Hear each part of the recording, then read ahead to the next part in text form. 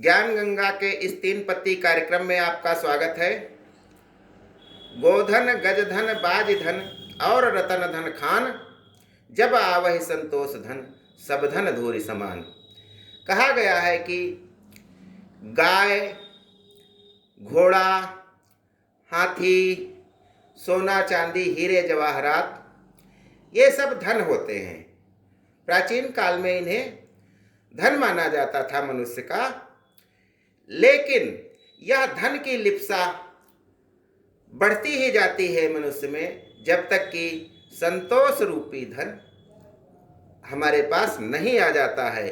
संतोष का मतलब है हम संतुष्ट हो जाएं। यदि हम संतुष्ट नहीं होंगे तो धन की लिप्सा बढ़ती जाएगी और हमारा जीवन अस्त व्यस्त हो जाएगा। प्राचीन काल में पत्नियों को एक वस्तु के समान समझा जाता था, उसको भी लोग दे देते थे। संस्कृत में कहा गया है, लेखनी पुस्तकम दारा पर हस्ते गता गता, दैव योगात आगता नष्टा भ्रिष्टा लता पता। कुछ चीजें होती हैं, लेखनी यानी कलम, पुस्तकम यानी पुस्तक किताब, और दारा माने पत्नी। यदि ये तीनों चीजें किसी को हम दे देते हैं तो वे लौट करके नहीं आती हैं, और यदि आ भी गई तो वे नष्ट भ्रष्ट होकर के आती हैं, यानी मूल रूप में वापस नहीं होती हैं। पुराने समय की बात है। अंग्रेज जब आए तो उन्होंने भी कहा, watch, cycle, wife, pen, not allow every when. घड़ी, साइकिल, पत्नी और कलम जो है हमारा, ये हमें किसी को नहीं देना चाहिए, क्योंकि यह किसी के लिए अलाउ नहीं है। यानी इसको यदि हम दे देंगे तो वो वापस नहीं आएगा, और वापस अगर आएगा तो उस रूप में नहीं आएगा। जब हम किसी की साइकिल या वाहन मांग के ले जाते हैं तो उसमें कुछ न कुछ खराबी जरूर आ जाती है। इसी प्रकार से बच्चे जो होते हैं तो वे किसी न किसी बात से चिढ़ते हैं, लेकिन हम उसका अनुमान नहीं लगा पाते हैं कि ऐसा क्यों होता है। बच्चे हों चाहे बड़े हों, कुछ बातें होती हैं जो समाज में हमारे व्याप्त हैं और वे बहुत गलत हैं, जिनकी वजह से परेशानी होती है, सभी को परेशानी होती है। पहली बात, बच्चों की खोपड़ी में जो चपत लगाई जाती है, चांद मारना कहते हैं, इससे बच्चे बहुत चिढ़ते हैं और वे इसे अच्छा नहीं मानते हैं।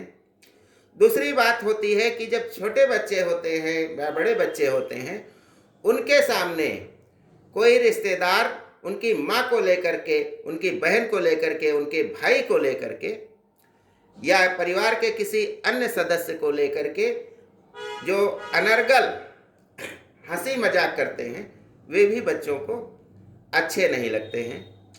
मैं जब छोटा था तो एक महाशय कहा करते थे, संतोष गधा मारे कौन दोष।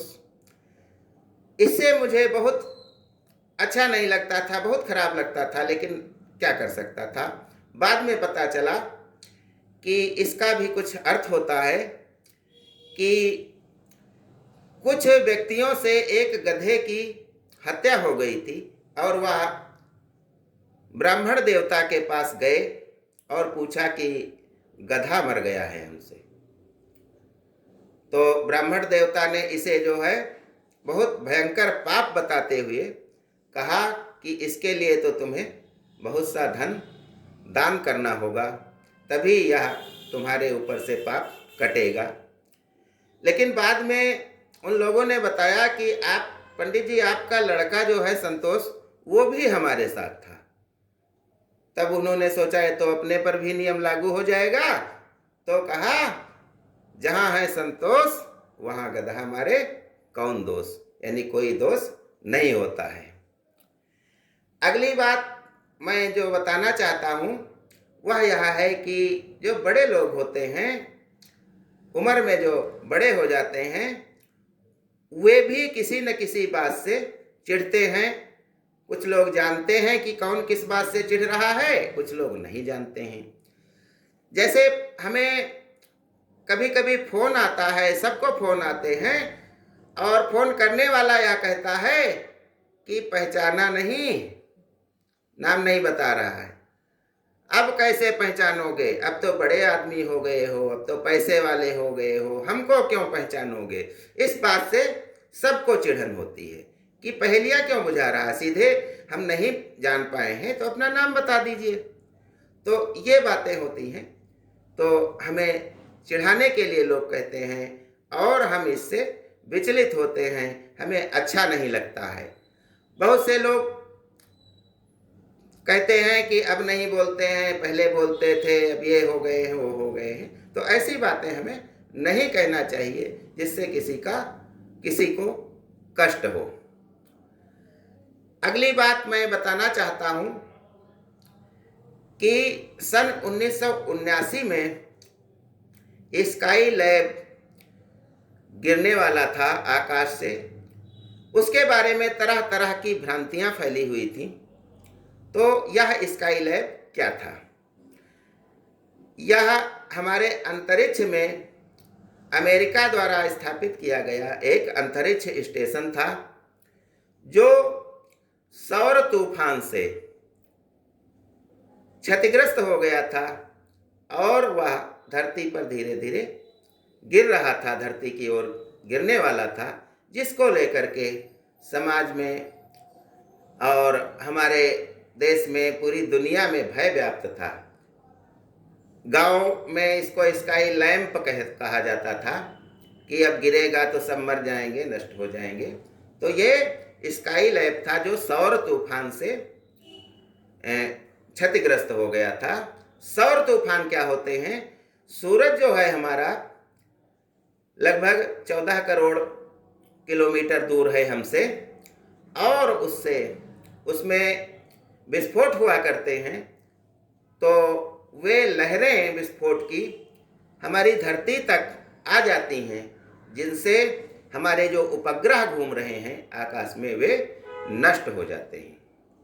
उसी प्रकार से यह इस स्काई लैब यानी जो प्रयोगशाला है आकाश में जो घूम रही थी, उसको अंतरिक्ष स्टेशन कहा जाता है, वह गिरने वाला था। वर्तमान में भी अंतरिक्ष स्टेशन घूम रहा है और वह पृथ्वी के चारों ओर घूम रहा है, जहां हमारे वैज्ञानिक अंतरिक्ष यात्री उस पर रह करके विविध प्रकार के शोध करते रहते हैं। अगली बात मैं आपसे बताना चाहता हूं कि जो हमारे ध्वनि की गति है वह हवा में जिस गति से चलती है, जिस तेजी से फैलती है, पानी में उससे 4 गुना अधिक गति से वह फैलती है। और यदि खुले में हम आधा किलोमीटर तक अपनी आवाज़ पहुंचा सकते हैं, तो पानी में वह 2 किलोमीटर तक ध्वनि जाएगी। इसके अतिरिक्त मैं बताना चाहता हूं कि नोबेल पुरस्कार क्या होता है।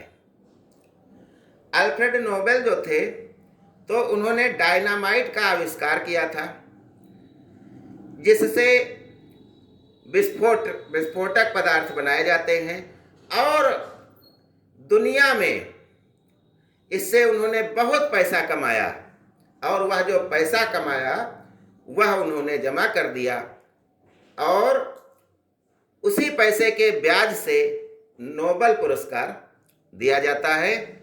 शांति के क्षेत्र में, अर्थशास्त्र के क्षेत्र में, विज्ञान के क्षेत्र में, ये सब नोबेल पुरस्कार उसी धन से दिए जाते हैं। अगली बात मैं बताना चाहता हूं कि जब हम भारत का नक्शा देखते हैं तो उसके साथ श्रीलंका देश भी बना होता है। ऐसा क्यों होता है? तो इसका ये अंतर्राष्ट्रीय नियम है कि जब किसी देश का नक्शा बनाया जाएगा तो उसके आसपास 200 किलोमीटर तक यदि कोई देश है तो वह भी उसके साथ दिखाया जाएगा। आज बस इतना ही। जय हिंद, जय भारत, धन्यवाद।